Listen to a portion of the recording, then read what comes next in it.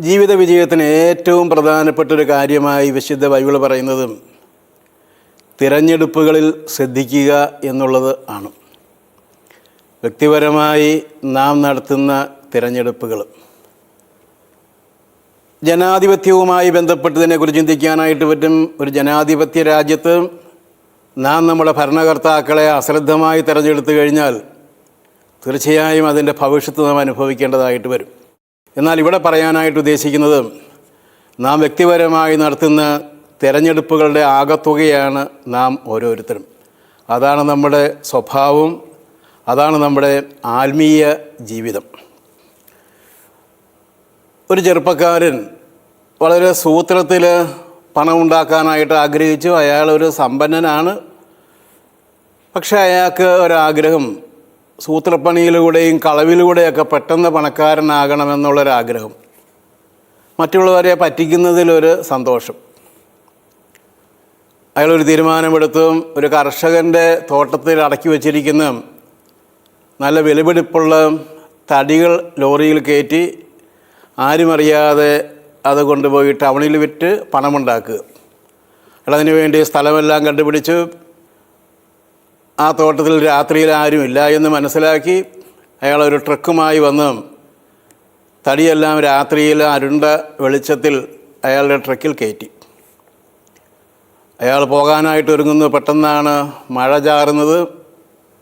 അയാൾ തിടുക്കത്തിൽ അരുണ്ട വെളിച്ചത്തിൽ അയാളുടെ ട്രക്ക് ഓടിച്ച് പോവുകയാണ്. മഴ പെയ്തതുകൊണ്ട് വഴിയിലുണ്ടായിരുന്ന ചാണകവും മണ്ണുമായി കുഴഞ്ഞ് വീല് തെറ്റാനായി തുടങ്ങി അയാൾ ഒരു ചാണകക്കുഴിയിലേക്കാണ് പോയി വീണത്. അയാൾക്ക് പിന്നെ അവിടെ നിന്ന് കയറി വരാനായി സാധിക്കുന്നില്ല. അയാൾക്ക് മറ്റുള്ളവർക്ക് പിടികൊടുക്കേണ്ടതായിട്ട് വരുന്നു. പോലീസ് കേസായി മാറുന്നു. അയാൾ പ്രതീക്ഷിച്ചതുപോലെയല്ല കാര്യങ്ങൾ സംഭവിക്കുകയും. സൂത്രപ്പണികളിലൂടെ ലാഭമുണ്ടാക്കാനും ജീവിക്കാനും ശ്രമിക്കുന്ന ആളുകൾ വലിയ കെണിയിലേക്കാണ് പലപ്പോഴും പോയി വീഴുക. യേശുക്രിസ്തു ധൂർത്തപുത്രൻ്റെ ഉപമയിലൂടെ പറഞ്ഞതും മറ്റൊന്നുമല്ല. അധ്വാനിക്കാതെ പിതാവുണ്ടാക്കിയ പണം ധൂർത്തടിച്ച മകനെക്കുറിച്ചാണ് പറയുകയും അവസാനം അവൻ ചെന്നു ചേരുന്നത് വളരെ ഗതികെട്ട അവസ്ഥയിലാണ്. നമ്മുടെ തിരഞ്ഞെടുപ്പുകൾ നമ്മുടെ ആത്മീയ ജീവിതത്തിലും നമ്മുടെ സാമാന്യ ജീവിതത്തിലും വിജയിക്കാനായിട്ട് വളരെ പ്രധാനപ്പെട്ടത് ആണ്. വിശുദ്ധ പൗലോസ് ഇങ്ങനെ എഴുതി: ആകയാൽ നിൽക്കുന്നു എന്ന് വിചാരിക്കുന്നവർ വീഴാതിരിക്കാനായിട്ട് സൂക്ഷിക്കുക. മനുഷ്യസാധാരണമല്ലാത്ത ഒരു പ്രലോഭനവും നിങ്ങൾക്ക് നേരിട്ടിട്ടില്ല. ദൈവം വിശ്വസ്തനാണ്. നിങ്ങളുടെ ശക്തിക്ക് അതീതമായ പ്രലോഭനമുണ്ടാകാൻ ദൈവം അനുവദിക്കുക പോലുമില്ല. പ്രലോഭനങ്ങൾ ഉണ്ടാകുമ്പോൾ അവയെ അതിജീവിക്കാൻ വേണ്ട ശക്തി അവിടുന്ന് തീർച്ചയായും നിങ്ങൾക്ക് നൽകും. 1 കൊരിന്ത്യർ 10-ാം 12-13 വാക്യങ്ങൾ. തിരഞ്ഞെടുപ്പിനെക്കുറിച്ച് വ്യക്തതയുള്ള കാഴ്ചപ്പാട് വിശുദ്ധ പൗലോസ്ലീഹ നമുക്ക് തരികയാണ്. നാം നടത്തുന്ന തിരഞ്ഞെടുപ്പുകളുടെ ആകത്തുകയാണ് നമ്മുടെ ജീവിതം. നിൽക്കുന്നുവെന്ന് കരുതുന്നവൻ വീഴാതിരിക്കാനായിട്ട് സൂക്ഷിക്കണം. നിൻ്റെ നിയന്ത്രണത്തിന് അതീതമായ ഒരു പ്രലോഭനം ഉണ്ടാകാനായിട്ട് ദൈവം അനുവദിക്കുകയില്ല. പ്രലോഭനം ഉണ്ടാകുമ്പോൾ അതിനെ അതിജീവിക്കാൻ വേണ്ട ശക്തിയും ദൈവം നിനക്ക് തരും. പ്രലോഭനമില്ലാത്തവരായിട്ട് ആരുമില്ല എന്നും മനുഷ്യ ചരിത്രം പരിശോധിക്കുമ്പോൾ നമുക്ക് മനസ്സിലാക്കാനായിട്ട് സാധിക്കും. യേശുക്രിസ്തുവിനെക്കുറിച്ച് നാം ഇങ്ങനെ വായിക്കുന്നു: നമ്മെപ്പോലെ തന്നെ പ്രലോഭിതനായി, പക്ഷേ ഒരിക്കലും യേശുക്രിസ്തു പാപം ചെയ്തില്ല. യേശുക്രിസ്തു 100% മനുഷ്യനും 100% ദൈവവുമാണ്. അതുകൊണ്ടാണ് വിശുദ്ധ ബൈബിൾ ഇങ്ങനെ പറയുകയും, മനുഷ്യനെന്ന നിലയിൽ നമ്മെപ്പോലെ തന്നെ യേശുക്രിസ്തു എല്ലാവിധ പ്രലോഭനങ്ങൾക്കും സാധ്യതയുള്ള വ്യക്തിയായിരുന്നു. പ്രലോഭിപ്പിക്കപ്പെട്ടു എന്ന് തന്നെയാണ് വിശുദ്ധ ബൈബിൾ പറയുകയും. എന്നാൽ യേശുക്രിസ്തു പ്രലോഭനങ്ങളിൽ വീണില്ല. വിശുദ്ധ മത്തായിയുടെ സുവിശേഷം 4-ാം അധ്യായത്തിൽ യേശുവിനുണ്ടായ പ്രലോഭനങ്ങളെക്കുറിച്ച് നാം വായിക്കുന്നുണ്ടല്ലോ. വിശുദ്ധ പൗലോസ്ലീഹ വളരെ വ്യക്തമായി പറയുന്നു: വീഴാതിരിക്കാനുള്ള ശക്തി നിങ്ങൾക്ക് തീർച്ചയായും യേശുക്രിസ്തു നൽകും. ശക്തിക്കതീതമായ പ്രലോഭനമുണ്ടാകാൻ ദൈവം അനുവദിക്കുകയില്ല. തെരഞ്ഞെടുപ്പ് എൻ്റെ സ്വാതന്ത്ര്യമാണ്, എനിക്ക് ഇഷ്ടമുള്ളത് തിരഞ്ഞെടുക്കാമെന്ന് ബൈബിൾ ആവർത്തിച്ച് പറയുകയാണ്.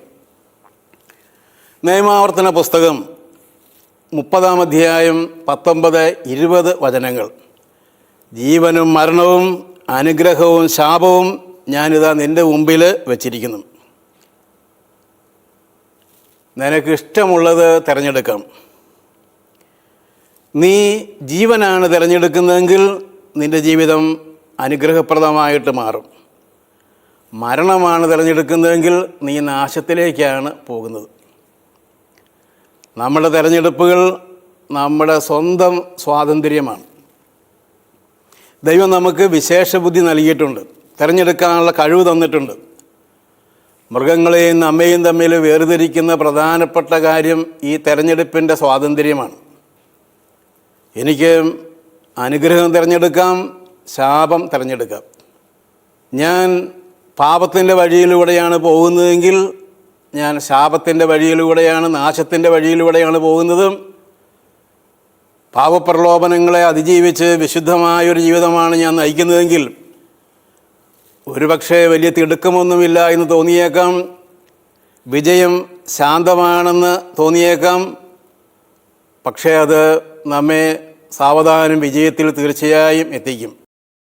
അതൊരു ഇടുങ്ങിയ വഴിയാണെന്ന് തോന്നിയേക്കാം, പക്ഷേ ആ ഇടുങ്ങിയ വഴിയിലൂടെ മാത്രമേ നമുക്ക് ജീവിതത്തിൽ ശരിയായ വിജയം കണ്ടെത്താനായിട്ട് സാധിക്കുമെന്നും വിശുദ്ധ ബൈബിൾ നമ്മെ പഠിപ്പിക്കുകയാണ്. പിശാചിനെ അനുസരിക്കാനായിട്ട് നമുക്ക് ആർക്കും കടമയില്ല. മറ്റുള്ളവരിലെല്ലാം നമ്മിൽ തന്നെയാണ് നാം നമ്മുടെ പ്രവൃത്തിയുടെ നന്മയും തിന്മയും ആരോപിക്കേണ്ടത്. പിശാചെന്നെ പ്രലോഭിപ്പിച്ചില്ല, അതിനാൽ ഞാൻ പാപം ചെയ്യുന്നില്ല എന്ന് പറഞ്ഞിട്ട് കാര്യമില്ല. നാം പാപം ചെയ്യാത്തതിൻ്റെ ക്രെഡിറ്റ്, അഭിമാനം പിശാചിനുള്ളതല്ല, നമുക്ക് ഉള്ളതാണ്. അതിനാൽ വിശുദ്ധ ബൈബിൾ ഇങ്ങനെ പറയുന്നു. ഗലാത്യർക്ക് എഴുതിയ ലേഖനം 6-ാം അധ്യായം 4-5 വാക്യങ്ങൾ. ഓരോ വ്യക്തിയും സ്വന്തം ചെയ്തികൾ വിലയിരുത്തട്ടെ. അപ്പോൾ അഭിമാനിക്കാനുള്ള വക അവനിൽ തന്നെയായിരിക്കും, മറ്റുള്ളവരിലായിരിക്കുകയില്ല. ഓരോരുത്തരും സ്വന്തം ഭാരം വഹിച്ചേ മതിയാവൂ. നമുക്ക് അഭിമാനിക്കാനായിട്ട് സാധിക്കേണ്ടത് നമ്മിൽ തന്നെയാണ്. അവനെന്നെ പ്രലോഭിപ്പിച്ചില്ല, അതുകൊണ്ട് ഞാൻ പാപം ചെയ്തില്ല. അവനെന്നെ പ്രലോഭിപ്പിച്ചു, അതുകൊണ്ട് ഞാൻ പാപം ചെയ്തു. ഈ രീതിയിലല്ല നാം ചിന്തിക്കേണ്ടത്. അവനെന്നെ പ്രലോഭിപ്പിച്ചെങ്കിലും പാപം ചെയ്യാതിരിക്കാനായിട്ട് എനിക്ക് സാധിച്ചു. ഞാൻ നന്മയുടെ പക്ഷം ചേരാനായിട്ട് തീരുമാനമെടുത്തു. ഓരോ വ്യക്തിക്കും അഭിമാനിക്കാനായിട്ട് കഴിയുന്നത് അയാളെടുത്ത തീരുമാനത്തിലാണെന്ന് വിശുദ്ധ പൗലോസ്ലീഹ ഗലാത്യയിലെ സഭയ്ക്ക് എഴുതുകയാണ്. ഭാരം വഹിച്ചേ മതിയാവൂ. നന്മയും തിന്മയും എപ്പോഴും നമ്മുടെ ഉള്ളിൽ പ്രലോഭനമായി കിടപ്പുണ്ട്, പാപസാധ്യതയായി കിടപ്പുണ്ട്. ഞാൻ ഈ ഭാരം വഹിച്ചേ പറ്റും. ഭാരം വഹിക്കുക എന്ന് പറഞ്ഞാൽ നന്മയുടെ പക്ഷം ചേർന്ന് തീരുമാനമെടുത്തേ പറ്റും. തിന്മയുടെ പക്ഷം ചേരുന്നതാണ് വളരെ എളുപ്പമുള്ളതും സന്തോഷകരവുമായി തോന്നുന്നത്. പക്ഷേ നാം അതല്ല ചെയ്യേണ്ടത്. ഓരോരുത്തരും വളരെ വ്യത്യസ്തരാണ്. എന്നെപ്പോലെ വേറൊരാൾ ഇല്ല. എന്നെപ്പോലെ ഇത്ര ദൈവം ആരെയും സ്നേഹിച്ചിട്ടില്ല എന്ന് നാം പറയാറുണ്ടല്ലോ. എന്തെന്നാൽ ഓരോരുത്തരും തങ്ങളുടെ ശാരീരികതയിൽ ചെയ്തിട്ടുള്ള നന്മ തിന്മകളൊക്കെ പ്രതിഫലം സ്വീകരിക്കുന്നതിന് നാം എല്ലാവരും ക്രിസ്തുവിൻ്റെ ന്യായാസനത്തിൻ്റെ മുമ്പിൽ വരേണ്ടിയിരിക്കുന്നു. 2 കൊരിന്ത്യർ 5:10. നാം ചെയ്യുന്ന ഓരോ കാര്യത്തിനും നാം ഉത്തരവാദിയാണ് എന്ന് വിശുദ്ധ പൗലോസ്ലീഹ നമ്മെ ഓർമ്മിപ്പിക്കുകയാണ്. ഒരേ പാപം 2 പേര് ചെയ്താലും ദൈവം അവയെ വ്യത്യസ്തമായ തലത്തിലും വ്യത്യസ്തമായ ഗൗരവത്തിലുമാണ് വിലയിരുത്തുക. കാരണം സാഹചര്യം, അറിവ്, മനോഭാവം ഇതെല്ലാം വളരെ വ്യത്യസ്തമായിരിക്കാം. പിശാചിന് പ്രലോഭിപ്പിക്കാൻ പറ്റും, പക്ഷേ അതിൽ വീഴണമോ വേണ്ടയോ എന്ന് തീരുമാനിക്കുന്നത് ഞാനാണ്. പിശാചിൻ്റെ പ്രലോഭനം എനിക്കൊരു പ്രശ്നമായി തീരുന്നത് ഞാനതിൽ വീഴുമ്പോൾ മാത്രമാണെന്ന് ഓർത്തിരിക്കുക. ഒരാളുടെ ബിസിനസ് തകർന്നു. അയാൾ എൻ്റെ അടുത്ത് വന്ന് ഇങ്ങനെ പറഞ്ഞു, അച്ഛൻ വന്ന് എൻ്റെ സ്ഥാപനത്തിലൊന്ന് പ്രാർത്ഥിക്കണം. ആരോ ഒരാൾ പറഞ്ഞു, മന്ത്രവാദം, കൂടോത്രം, ആഭിചാരമൊക്കെ ഇവിടെ ആരോ ഒളിപ്പിച്ച് വെച്ചിട്ടുണ്ട്. അതുകൊണ്ട് അച്ഛൻ അത് എവിടെയാണെന്ന് കണ്ടുപിടിച്ച് മാറ്റിത്തരണം. അപ്പോഴെൻ്റെ ബിസിനസ് നന്നായി വരും എന്നാണ് അയാൾ ആവശ്യപ്പെട്ടത്. ഒരു പക്ഷേ ആരെങ്കിലും അയാളോട് പറഞ്ഞതായിരിക്കും, ഇങ്ങനെ മന്ത്രവാദവും കൂടോത്രവും ആഭിചാരവും ഒക്കെ ആരോ ചെയ്തു വെച്ചിരിക്കുന്നത് കൊണ്ടാണ് ബിസിനസ് നന്നാകാത്തതെന്ന്. ഞാൻ അയാളോട് പറഞ്ഞു, ഞാൻ വരാം, പക്ഷേ എനിക്ക് ചില ചോദ്യങ്ങൾ താങ്കളോട് ആദ്യമേ തന്നെ ചോദിക്കാനായിട്ടുണ്ട്. താങ്കളൊരു അലസനാണോ? 2, താങ്കളൊരു മുൻകോപിയാണോ? താങ്കളൊരു അഹങ്കാരിയാണോ? താങ്കൾക്ക് ധൂർത്തുണ്ടോ? താങ്കൾക്ക് ഏതെങ്കിലും അഡിക്ഷൻ ഉണ്ടോ? മദ്യപാനം, കഞ്ചാവ് തുടങ്ങിയവ? 2 കാര്യത്തിന് അയാൾ ഉണ്ട് എന്നാണ് പറഞ്ഞത്. അയാൾ മദ്യപാനിയാണ്, അയാൾക്ക് ധൂർത്തുണ്ട്. ഞാൻ അദ്ദേഹത്തോട് പറഞ്ഞു, താങ്കൾ വേറൊരു മന്ത്രവാദം അന്വേഷിച്ച് പോകേണ്ട ആവശ്യമില്ല. താങ്കളുടെ ബിസിനസ് താങ്കളുടെ അപ്പനായി അനേക വർഷം നന്നായി നടത്തിക്കൊണ്ടിരുന്നതാണ്. താങ്കൾ ഏറ്റെടുത്തതിന് ശേഷമാണ് ഈ ബിസിനസ് ഈ അവസ്ഥയിലായത്. താങ്കൾ മദ്യപാനിയാണ്, ധൂർത്തനാണ്. താങ്കൾക്ക് പണത്തിൻ്റെ വരവും പണത്തിൻ്റെ ചെലവും തമ്മിൽ ബന്ധപ്പെടുത്തി ചിന്തിക്കാനായിട്ട് പറ്റുന്നില്ല. ഇതാണ് താങ്കളുടെ ബിസിനസ്സിൻ്റെ തകർച്ചയുടെ കാരണം. വിശുദ്ധ ബൈബിൾ ഇങ്ങനെ പറയുന്നു, വ്യക്തിപരമായ ഒരു വ്യക്തി ചെയ്യുന്ന പാപത്തേക്കാൾ വലിയ മന്ത്രവാദമില്ല എന്ന് ഓർത്തിരിക്കുന്നത് നല്ലത് ആണ്. ബിസിനസ് തകരാൻ കാരണം നാട്ടിലെ ചില സാമ്പത്തിക പ്രശ്നങ്ങളാകാം. എന്നാൽ ഒരു വ്യക്തി അയാളുടെ പാപശീലത്തിലൂടെയാണ് കടന്നു പോകുന്നതെങ്കിലും വ്യക്തിപരമായ പാപമാകാം പലപ്പോഴും അയാളുടെ ജീവിത പരാജയത്തിന് കാരണമെന്ന് ഓർത്തിരിക്കുക. വിശുദ്ധ ബൈബിൾ ഇങ്ങനെ പറയുന്നു, മർക്കിട മുഷ്ടി മന്ത്രവാദം പോലെ തന്നെ പാപം ആണ്. വ്യഭിചാരത്തിൻ്റെ ദുരാത്മാവ് ബാധിച്ചതിനാൽ നേരെ ഇവ ചിന്തിക്കാൻ പറ്റുന്നില്ല എന്ന് ഹോസിയയുടെ പുസ്തകം 5 വായിക്കുന്നു. ഒരു വ്യക്തി വ്യക്തിപരമായി ചെയ്യുന്ന പാപത്തേക്കാൾ ശക്തിയുള്ളൊരു മന്ത്രവാദം അയാളുടെ ജീവിതത്തിലില്ല. വ്യക്തിപരമായ പാപത്തിലല്ല ഒരു വ്യക്തി കഴിയുന്നതെങ്കിൽ ആരൊക്കെ പുറത്തുനിന്ന് മന്ത്രവാദം ചെയ്താലും അയാളെ ഏൽക്കണമെന്ന് ഇല്ല. ഞാൻ ഇത്രയും പറഞ്ഞപ്പോൾ ആ സഹോദരന് കാര്യം മനസ്സിലായി. അയാളുടെ ജീവിതത്തെ മാറ്റാനൊക്കെ തീരുമാനമെടുത്തു. അയാൾ മാറ്റിയോ ഇല്ലയോ എന്ന് എനിക്കറിയാൻ പാടില്ല. പലപ്പോഴും ഇങ്ങനെയുള്ള ആൾക്കാർ ചെയ്യുന്നത്, ഒരച്ഛൻ ഇങ്ങനെയൊക്കെ പറഞ്ഞു വിട്ടാലും അവർ വേറെ ആരെങ്കിലും പോയി കണ്ട് ഈ മന്ത്രവാദവും കൂടോത്രവും എല്ലാം എടുത്തു കളയാനായിട്ട് ശ്രമിക്കും. അവരുടെ ജീവിതത്തെ മാറ്റാനായിട്ട് ഒരിക്കലും അവർ തയ്യാറാകുകയില്ല. ചെയ്യേണ്ടതല്ല അവർ ചെയ്യുന്നത്. വീണ്ടും കടത്തിൽ നിന്നും പണനഷ്ടത്തിലേക്കും പോകുന്നു. ഇങ്ങനെ ഈ മന്ത്രവാദവും കൂടോത്രവും മാറ്റാൻ വേണ്ടി വീണ്ടും അവർ കടം വാങ്ങിച്ച് പണം മുടക്കുന്ന ആളുകളുണ്ട്. ആരാണ് ഇതിൻ്റെ യജമാനൻ എന്നുള്ള ചോദ്യം ബൈബിളിലെ വളരെ പ്രസക്തമായൊരു ചോദ്യമാണ്. റോമാക്കാർക്കെഴുതിയ ലേഖനം 6-ാം അധ്യായം 16-ാം വാക്യം, നിങ്ങൾ അനുസരണയുള്ള ദാസന്മാരെ പോലെ നിങ്ങളെ തന്നെ ആർക്കെങ്കിലും സമർപ്പിക്കുമ്പോൾ നിങ്ങൾ അവൻ്റെ അടിമയാണെന്ന് അറിയുന്നില്ലേ? ഒന്നുകിൽ മരണത്തിലേക്ക് നയിക്കുന്ന പാപത്തിൻ്റെ അടിമകൾ, അല്ലെങ്കിൽ നീതിയിലേക്ക് നയിക്കുന്ന അനുസരണത്തിൻ്റെ അടിമകൾ. നമുക്ക് വേണമെങ്കിൽ അനുസരണത്തിൻ്റെ അടിമയാകാം, പാപത്തിൻ്റെ അടിമയാകാം, പിശാചിൻ്റെ അടിമയാകാം, യേശുക്രിസ്തുവിൻ്റെ അടിമയാകാം. പിശാച് സന്തോഷിക്കുന്ന ഒരാളുടെ ദുഃഖത്തിലാണ്. ഒരാളെ ദുഃഖിപ്പിക്കണമെങ്കിൽ അയാളെ ആദ്യമേ തന്നെ പാപത്തിൽ വീഴ്ത്തണം. പാപത്തിൽ വീഴ്ത്തണമെങ്കിൽ നൈമിഷികമായ ആനന്ദം അനുവദിക്കണം. അങ്ങനെ പാപത്തിൽ വീണ് കഴിയുമ്പോൾ അയാൾ അനുഭവിക്കുന്ന ദുഃഖം കണ്ട് പിശാച് സന്തോഷിക്കുന്നു. യേശുക്രിസ്തുവിനെയാണ് നാം പിൻചെല്ലുന്നതെങ്കിൽ നമുക്ക് യഥാർത്ഥമായ വിജയത്തിലേക്ക് വരാനായിട്ട് പറ്റും.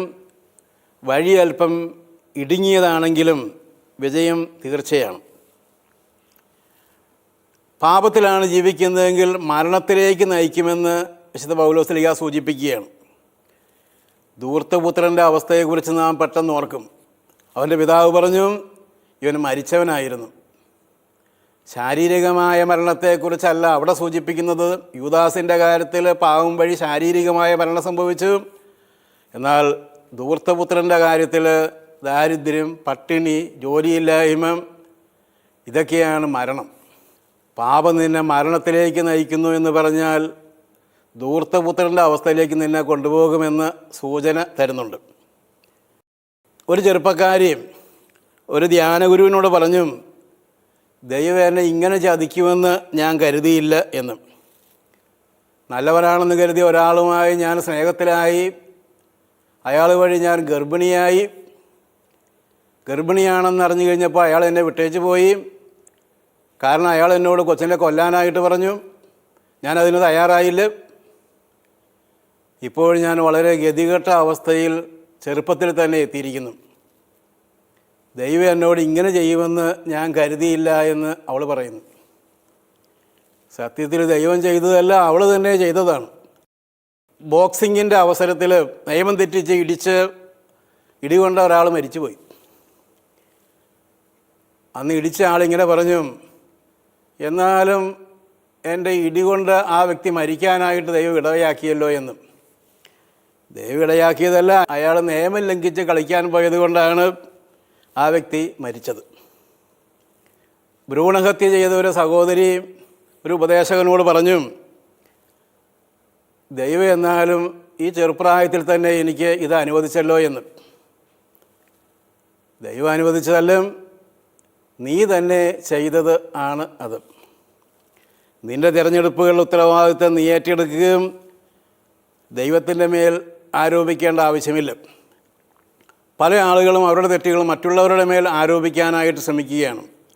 ആ പോലീസുകാരൻ കാരണമാണ്, ഗവൺമെൻറ് കാരണമാണ്, ഇടവക കാരണമാണ്, അച്ഛൻ കാരണമാണ്, മെത്രാൻ കാരണമാണ്, ആ രാഷ്ട്രീയക്കാർ കാരണമാണ്, ചുരുക്കം ചില ആളുകൾ ദൈവം കാരണമാണ് എന്ന് പോലും പറയും.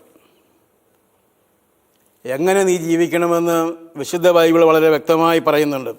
നിൻ്റെ തിരഞ്ഞെടുപ്പുകളിൽ നീ ശ്രദ്ധിക്കുക. അല്ലെങ്കിൽ ദൈവം നിന്നോട് ക്ഷമിച്ചാലും നീ ജയിലിൽ കിടക്കേണ്ടതായിട്ട് വരും. നിൻ്റെ കടം നീ കൊടുത്തു വീട്ടേണ്ടതായിട്ട് വരും.